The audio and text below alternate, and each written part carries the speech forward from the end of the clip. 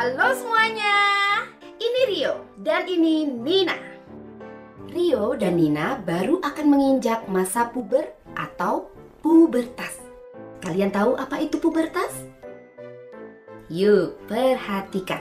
Pubertas adalah waktu di mana tubuh anak-anak berubah menjadi tubuh dewasa yang bisa bereproduksi. Umur Rio dan Nina sama-sama 11 tahun. Tapi mereka tidak puber di saat yang bersamaan loh.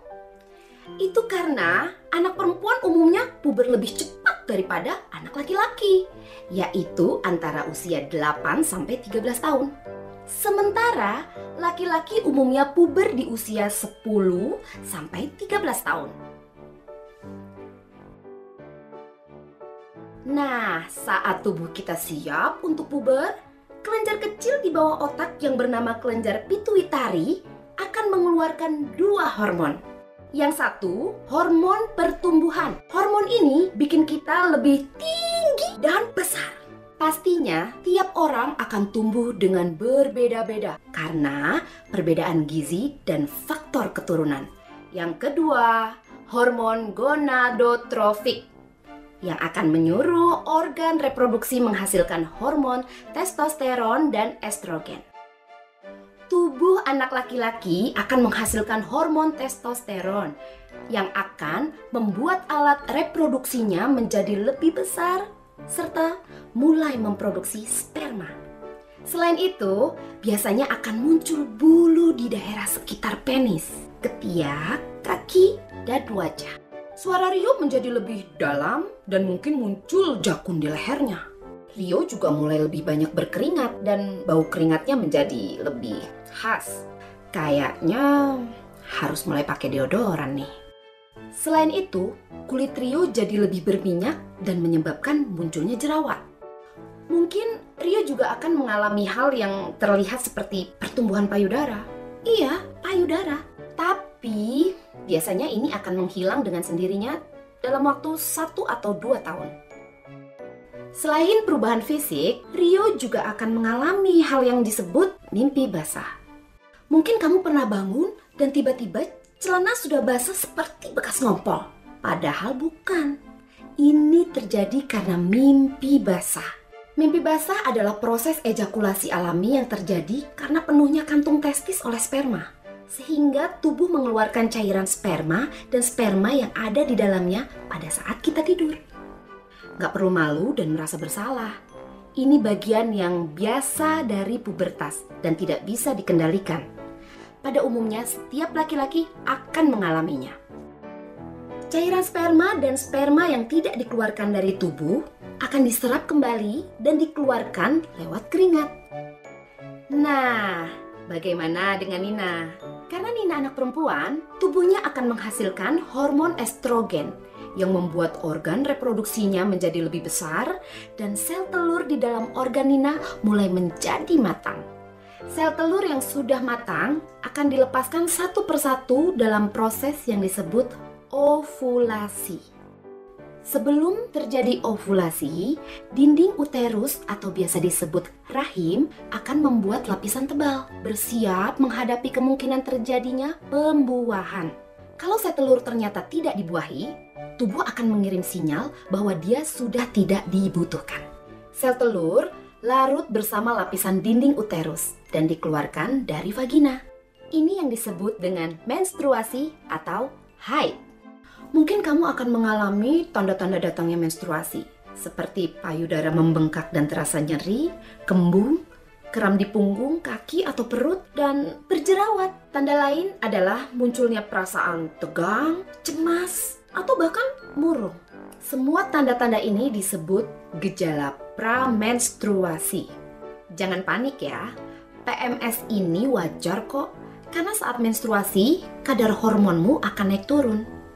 Perempuan biasanya memakai pembalut untuk menampung darah menstruasi. Saat menstruasi, pembalut harus diganti setidaknya 3-4 jam sekali, supaya bakteri tidak tumbuh dan organ reproduksi tetap bersih.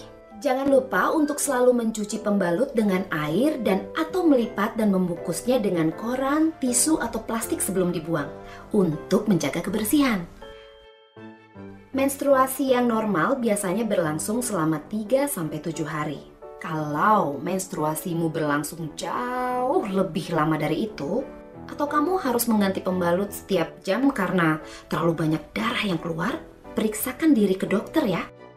Proses mulai dari menstruasi, ovulasi, sampai menstruasi lagi disebut siklus menstruasi.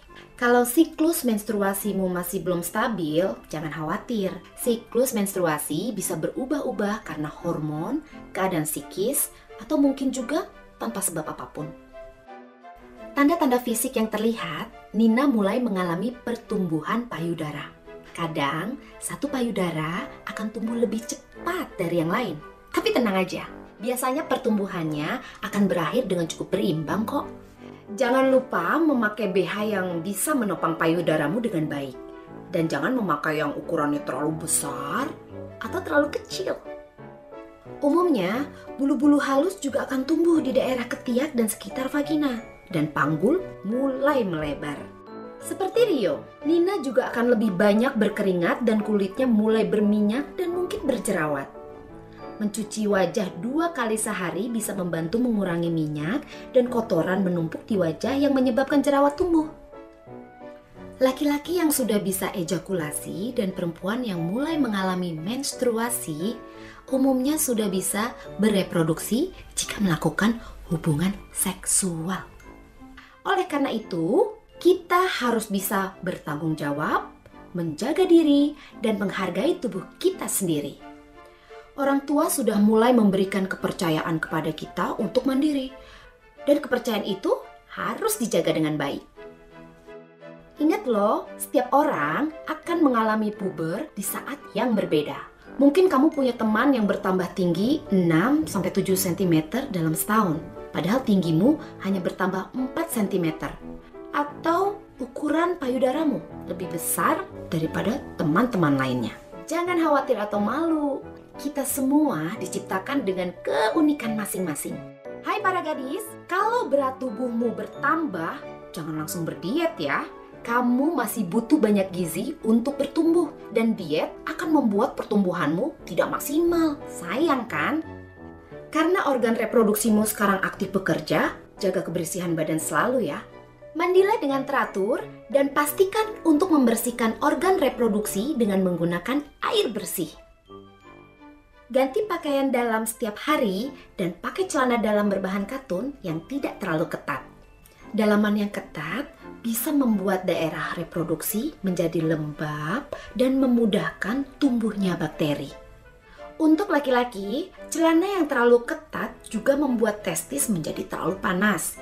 Nanti kualitas sperma kamu bisa menurun. Selain tubuh, ada lagi yang berubah karena puber. Seringkali emosi kita juga akan mengalami perubahan. Mungkin kamu jadi lebih sensitif, tidak suka dikritik, atau diejek oleh teman. Perasaanmu jadi lebih kuat dan intens, padahal sebelumnya biasa-biasa aja. Kalau kamu suka sesuatu, kamu bisa jadi tergila-gila padanya. Dan kalau kamu tidak suka, kamu bisa benar-benar membencinya. Kamu bisa berubah dari ceria menjadi sedih dalam waktu yang singkat. Atau membandingkan diri dengan teman yang lain.